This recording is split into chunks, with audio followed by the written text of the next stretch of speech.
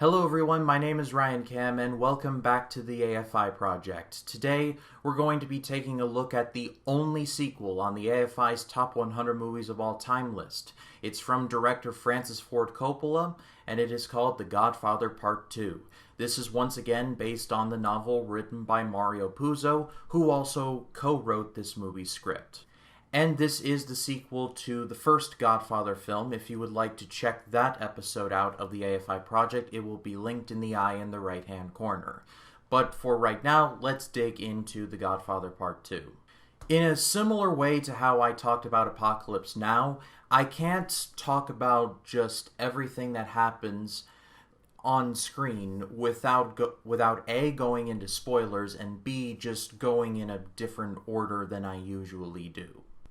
So just a couple of caveats before we enter the world of The Godfather Part 2. Firstly, I'm going to be talking about spoilers in this movie because, like I said, there's so much going on that I can't not talk about the spoilers. So, spoiler warning from here on out. And number two, this movie is essentially broken into two storylines, the fall of Michael Corleone and the rise of Vito Corleone. I'm going to be talking about the rise of Vito Corleone and the fall of Michael in their own separate segments, if you want to call it. Because, like I said, there's so much going on in this movie that I want to cover as much as I can, but not going on to be too long-winded. So I'm breaking both of the storylines into their own separate segments, whatever you want to call it.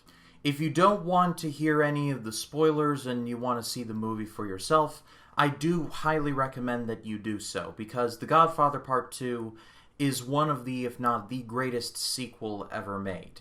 It tops the first Godfather in many ways, and on the whole, it's a perfect example of what a sequel is supposed to do. Expand on what we know about the characters from the first movie and present them with new challenges. The truth of the matter is that Coppola wanted to make this movie from the very beginning, regardless of if the first Godfather was successful or not. It turned out to be vastly successful, so the Godfather Part 2 was given the green light. And the original title for this movie was going to be The Death of Michael Corleone. Spoiler alert, Michael Corleone does not die, so I guess it was figurative. But in any case, let's talk about the rise of Vito Corleone, who was Marlon Brando's character in the first Godfather. By the time of the first Godfather, we see that he is well established as, he is the Don. He is the guy that you go to, everything stops with him. He is the king of the mafia. But Godfather Part 2 starts out when he is just a little boy, living in Sicily in Italy.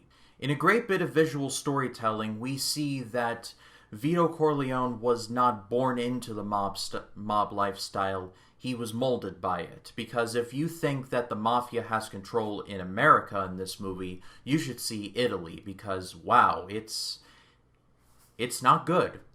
In one day, Vito loses his father and his oldest brother, and when his mother goes to Don Andolini to plead for forgiveness, she gets killed herself. So Don Andolini of Sicily killed off pretty much his entire family and in turn exiled Vito to America.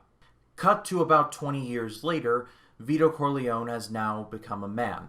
In this movie, he is played by Robert De Niro, and I know that Robert De Niro has been in many great movies, but I will die on this hill when I say I think that The Godfather Part 2 is Robert De Niro's very best performance. He won an Oscar for it, which, by the way, is Vito Corleone is the only character that both of the actors that played them have won their respective Oscars for. And despite De Niro being great in other movies, he is just on the top of his game in The Godfather Part 2. By the time we catch up with him 20 years after he arrives in America, he's carved out a nice life for himself. He's married to Carmela, they have Santino, he's just been born. It seems nice, but then the mafia comes back to screw him over again. Vito's working in this market, and then all of a sudden he gets fired because the local mafioso, Fanucci, has a nephew who essentially boots Vito out and puts him back in. But Vito is surprisingly not bitter about it, and he's like, it's okay, I'll find somewhere else. But you can see in his head, he's plotting. Some other highlights of this part is that we see Vito form his friendships with a very young-looking Clemenza and a very young-looking Tessio. Clemenza in this movie is played by Bruno Kirby, who is a character actor in a lot of late 80s and early 90s movies. I always remembered him as Houck from Good Morning Vietnam. He always enjoyed a ballad from Mr. Frank Sinatra. But Vito immediately is like, alright, how can we get rid of Finucci, and how can we take something for ourselves? And Clemenza's like, that's impossible, we just gotta pay him and just hope he doesn't bother us. But Vito is just seeing bigger things. And so Vito, Clemenza, and Tessio go into business for themselves. And Finucci comes a-callin', and they do business together. But then Corleone ends up killing him. In a great sequence during a parade, you see Finucci walking around, he's making his rounds, he's paying his homage to a statue of Mary. I guess that's nice, I suppose. But Corleone, he's got a plan. He's got a gun, and he's got a wrapped up towel as a silencer, and just when Finucci is alone, he goes and shoots him, and Finucci is dead. Corleone makes a run for it, breaks off a gun, throws it down a chimney, rejoins his family, who have now included Costanza and Michael, and none was ever the wiser. My hope is that I'm not trying to make Vito Corleone out as some kind of conniving murderer, because he really is not. The movie does a great job of showing that despite literally everything that has happened to him, Vito Corleone still has a pretty good outlook on life. He's just a humble guy who just wants to make his lot in life so he can feed his family. That's where it begins and ends with him. However, the mafia just screws him over one time too many, and he is like, okay, someone has walked over me, now it's time to walk over them. He did not choose the mafia life chose him. After Finucci's death, Corleone, Clemenza, and Tessio open up Genco Quality Olive Oil, which is the front for their mafia business, and they just start to build the Corleone empire. Corleone goes back to his hometown and exacts revenge on the Don that killed his entire family in one of the best scenes in the movie, in at least one of the most satisfying. I don't want to make Vito Corleone out to be some kind of senseless murderer, because he's not. He only focuses his anger towards people that he feels deserves it. Someone like a Finucci, who is making life miserable for at least one other person. Or Don Ciccio, who had his entire family murdered. Similar to how Vito Corleone is in The Godfather Part 1, he will treat everyone with respect until they show him disrespect, and then all bets are off. And I think that's a perfect place to parlay into the fall of Michael Corleone, because while we see the rise of Vito, we see the fall of Michael. By the end of the first Godfather, Michael has taken full control over the Corleone family, and he has moved all operations out to Las Vegas, where the casino industry is now just a booming industry. In similar fashion to how The Godfather Part 1 started, The Godfather Part 2 starts with a big party. But instead of The Godfather Part 1, where the party is just populated with friends and family and relatives, and maybe the occasional, public figure, just to ask the Don for permission because he can't refuse a request on his daughter's wedding day. In the party at The Godfather Part 2, almost no family shows up, with the exception of Connie Corleone, who is only there to ask Michael for money, and Pantangeli, who is just there to chew Michael out about operations in New York. More on those two in a little bit. But what I love about this scene is that you automatically see how Michael Corleone has already started to kind of lose the plot. He has basically gotten into bed with people who are largely untrustworthy. One of the most important figure in that is Hyman Roth. More on him in a little bit. But he immediately feels the wrath of his wife, Kay Adams, reprised by Diane Keaton, who again is great in this movie. And she tells Michael, I thought you told me that the Corleone family was going to be legit in 5 years. And, well, that hasn't happened. After the party is over, Pentangeli is like, you have changed things, Michael, you have ruined it, you've hamstrung me here in New York, like, what the hell? You can't trust Hyman Roth.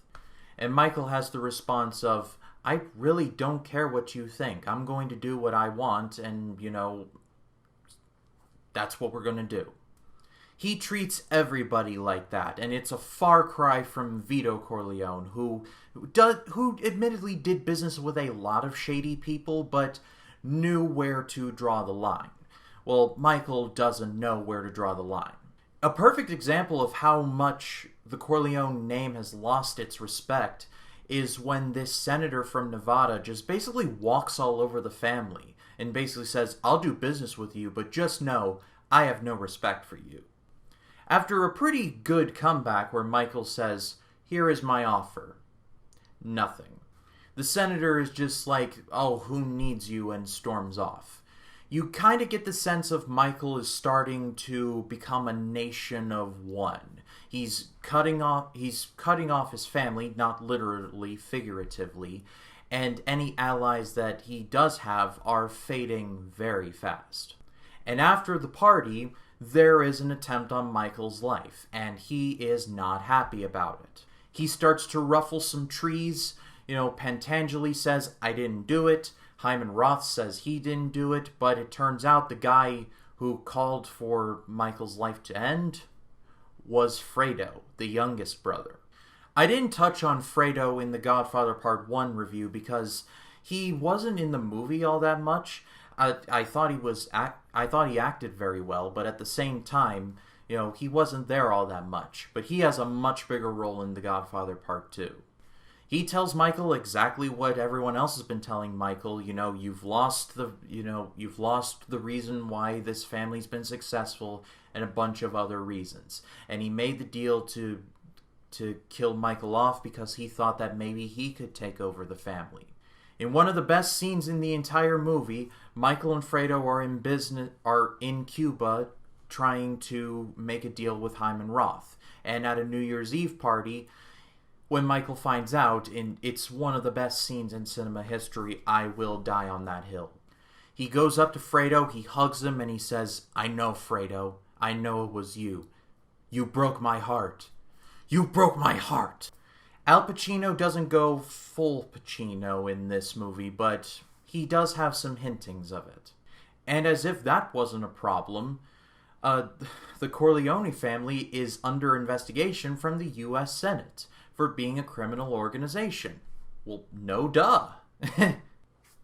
And through all of this stuff happening, through the assassination attempts and deals with Hyman Roth and other unsultry individuals, Pentangeli betraying Michael, and just all this stuff happening, it all goes back to the fact that Michael Corleone has expanded, and it's just, he's almost cut everyone off. Again, figuratively, not literally.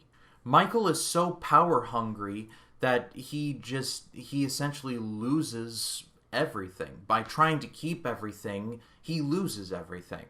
Probably one of the best, if not the best scenes in the entire movie is when Kay admits that she has had an abortion. Now, throughout the movie, we learn that Kay is pregnant with their third child.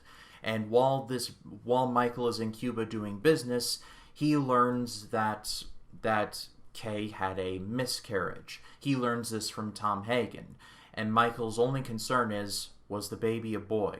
And Tom Hagen's like, it was too soon to tell. And Michael just screams at Tom. He's like, damn it, can't you give me a straight answer anymore? Was it a boy? And Tom's like, I really don't know, Mike. It was too soon to tell. Michael has become an alien in his own family, but the true powder keg moment is when Kay admits that she had an abortion because she didn't want to bring any more of Michael Corleone's children into the world. This is just a truly disturbing scene because Michael's just sitting there stewing as Kay is ranting at him, and it's like, It's like the tension is starting to build, build, build, build, build, build, build, and then finally he loses it and just straight up just punches Kay in the face. It's definitely one of the most despicable moments in this entire trilogy. It's in this moment that Michael Corleone just becomes the Nation of One. And, like, paying off what started at the beginning of the movie with the party and just all the strangers and everyone to just up to now. And whether it's just, okay, I'm here now, I might as well just make it official, or just some other reason, at the end of the movie, he pulls another one, something similar to when he killed off the heads of the 5 families at the end of The Godfather Part 1, where he eliminates all of his enemies in one fell swoop. He takes out Hyman Roth in an airport, he takes out Pentangeli, and he takes out Fredo in another one of the most disturbing scenes in this entire trilogy, where Fredo's out fishing in his boat, and I guess Fredo must have known this day was coming. I feel like I've rambled about this movie too much, so I'm going to bring it all home. The Godfather Part 2 is one of the, if not the greatest sequel ever made. Whether it's in the Vito Corleone stuff or in the Michael Corleone stuff, the acting is great across the board. It is shot incredibly well. I mean, there's not a dull moment in this entire movie. Despite the fact that it's just a skosh over 3 hours long, it's still just, this movie flies by. But that is all for me, guys. If you made it this far, I congratulate you. And thank you so much, as always, for watching. Next time on the AFI Project, we're going to be taking a look at a bit of a shorter movie. And it's from the 1970s, the revered decade of film that was the 1970s. It's Milos Forman's One Flew Over the Cuckoo's Nest. But if you like this video, please be sure to leave a like, comment your thoughts down below, and if you like this video and you want to see more like it, hit the subscribe button and click the bell to allow notifications. That way when a new video drops, you'll be the first to know about it. My name is Ryan Cam. I'll see you in the next one.